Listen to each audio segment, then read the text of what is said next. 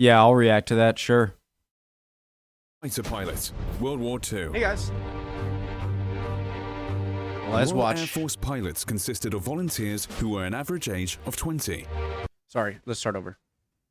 The original link to the video, top of the description. My name is Connor if you're new. Quick little video from Simple History, right? Yep. RAF fighter pilot, World War II.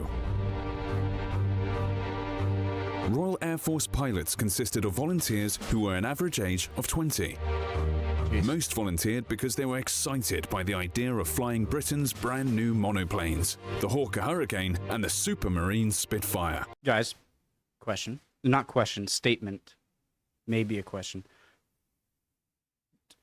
The introduction of the airplane has to have been as significant as any other military introduction of some military technology since the boat. Anyone? I've said this before, but and so being able to, these must have felt so incredibly futuristic. And you have the tank. So I'm talking about like World War I, World War II. And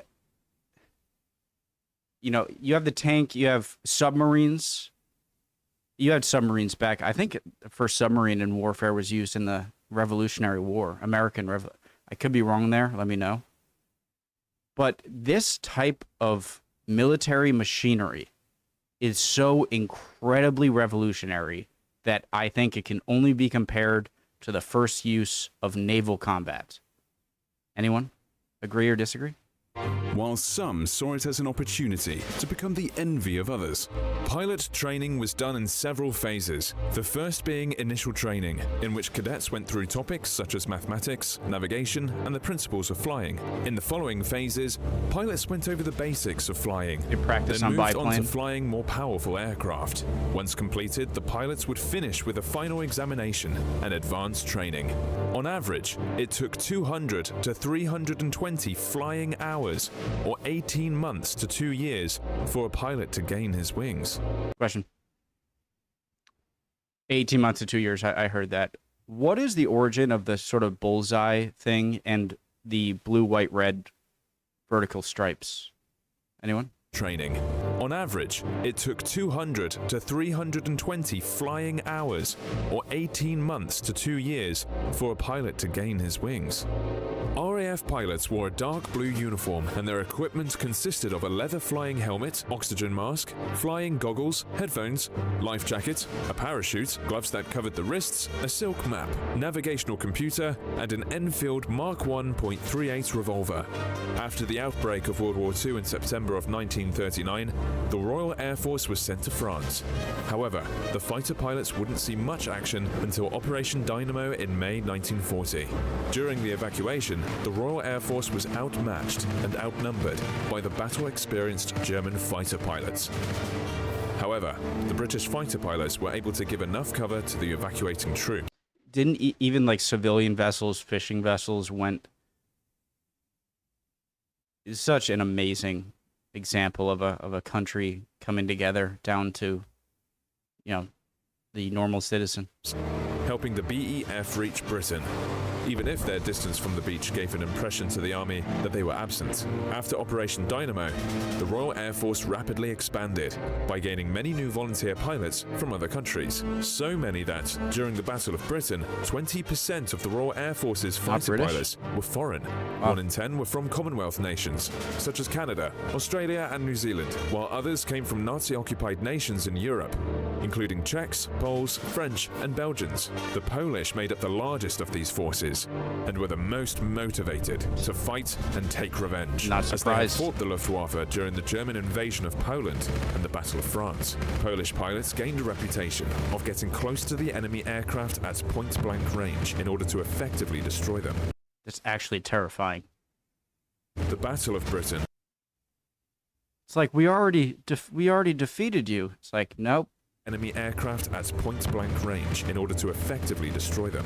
The Battle of Britain would be the toughest test for the RAF fighter pilots. Germany sent 3 air fleets to achieve air superiority in advance for the naval invasion of the British Isles. Due to the German air bases in France, Britain could be hit by several raids in a day. As a result, most RAF squadrons had to scramble to meet the Luftwaffe on short notice, but they were assisted greatly by radar which detected enemy fighters early on. In the aircraft, the pilot would sit in a confined cockpit under a plexiglass canopy with their feet on the rudder control pedals, right hand on the control stick and left hand on the throttle. To look around, the pilots could only move their neck or the whole aircraft. Pilots had to keep a tight Vic formation of 3 aircraft insisted on by Fighter Command. However, veteran pilots started abandoning the Vic formations altogether, attacking the enemy as aggressively as possible. Outnumbered 5-1, an RAF fighter pilot feared being dived upon by German aircraft, which would fire upon them from the back of the formations, and then use their high speed to get away before the British pilots could react. Most pilots feared that their plane would catch fire during flight or in combat. If a British pilot had to bail out or make a crash landing, he did have the advantage of landing in friendly territory. For his enemy, meanwhile, it was a different story. When a dogfight would ensue, with both fighter planes trying to outmaneuver the other while firing short bursts, an effective pilot needed to have sharp flying skills, good eyesight, and fast reaction speeds. The Luftwaffe's focus on night raids in October were particularly destructive to British cities, but the RAF had developed night fighters with airborne intercept radar sets to engage them. Night patrols were adding to the increased exhaustion for the RAF pilots, but mounting German losses forced Germany to abandon the Battle of Britain, realizing it could not defeat the RAF. The RAF airmen who fought in the Battle of Britain and defended Britain from German attack would be praised as the few by Churchill. He would say in a speech, "Never in the field of human conflict was so much owed by so many to so few." Is that the end of the video? Subscribe for more World War II videos. Great video as always. Great, words here. And this kind of connects into what I was going to pause like a minute earlier to say this. So if these men failed and air superiority was achieved by the Germans over Britain, whether or not somehow the Britons could still stave off a German invasion, I'm not sure. I don't know, but think about all of the military technology, too, that the British developed that would also fall into the hands of the Germans. I'm sure a lot of it would be intentionally destroyed. But then, America isn't in the fight yet. America isn't at war, right?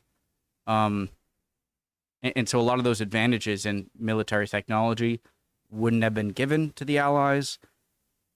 If there was a successful German invasion after air superiority was gained by the Germans, then you wouldn't have the unsinkable aircraft carrier that is Britain to invade Europe.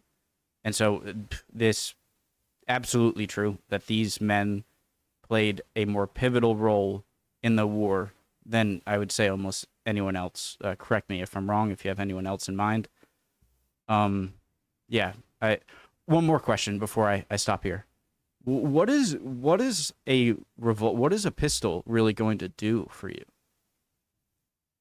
If you crash land an enemy, it's not like you're like shooting outside the plane or anything.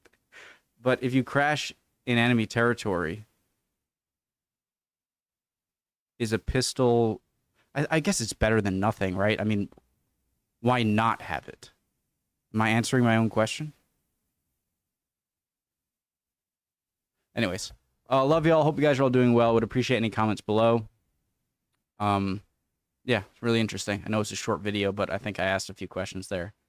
Would love for you guys to like and subscribe, up to you, and hopefully I'll see you next video. Bye, guys.